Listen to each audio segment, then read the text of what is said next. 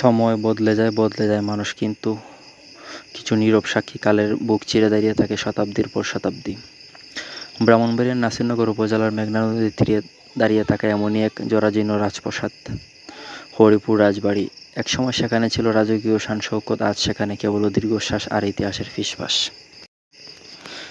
ইতিহাস ঘাঁটলে জানা যায়, প্রায় ১৭৫ বছর আগে জমিদার কৃষ্ণপ্রসাদ রায়চৌধুরী এবং হরিদাস প্রসাদ রায়চৌধুরী এই বিশাল প্রাসাদটি নির্মাণ করেন। প্রায় ৫ একর জমির উপর নির্মিত এই দোতলা রাজবাড়িতে রয়েছে প্রায় ৬০টি কক্ষ। গ্রিক স্থাপত্যশৈলীর ছোঁয়া আর স্থানীয় কারুকার্যের এক অপূর্ব সংমিশ্রণ এই ভবনটি। কথিত আছে, রাজবাড়ির ঠিক পাশ দিয়ে বয়ে চলা নদীতে যখন বড় বজরা নৌকা যেত, তখন রাজবাড়ির ঘাট থেকে জমিদাররা তদারকি করতেন।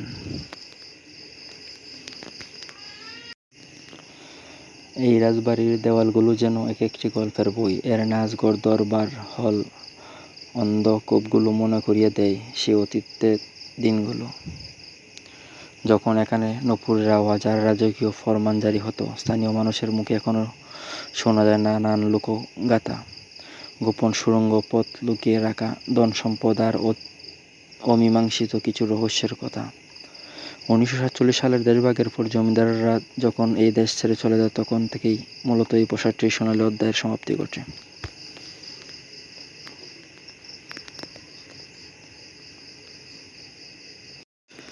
কালের বিবর্তনে, রক্ষণাবেক্ষণের অভাবে আজ হরিপুর রাজবাড়ি তার সৌন্দর্য হারাতে বসেছে। তবে এর ঐতিহাসিক ও নান্দনিক মূল্যের কারণে এটি বারবার আকর্ষণ করেছে চলচ্চিত্র নির্মাতাদের।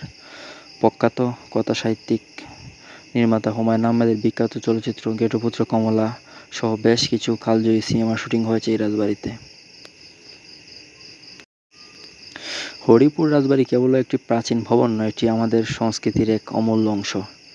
সরকারি উদ্যোগে যদি একে সংস্কার ও সংরক্ষণ করা যায়, তবে এটি হতে পারে অন্যতম আকর্ষণীয় পর্যটন কেন্দ্র। ইট পাথরের এই ধ্বংসাবশেষের আড়ালে লুকিয়ে থাকা ইতিহাসকে বাঁচিয়ে রাখা আমাদের সবার দায়িত্ব। আজ তবে এই পর্যন্তই, দেখা হবে অন্য কোনো ইতিহাসের খোঁজে। সবাই ভালো থাকবেন। আসসালামু আলাইকুম।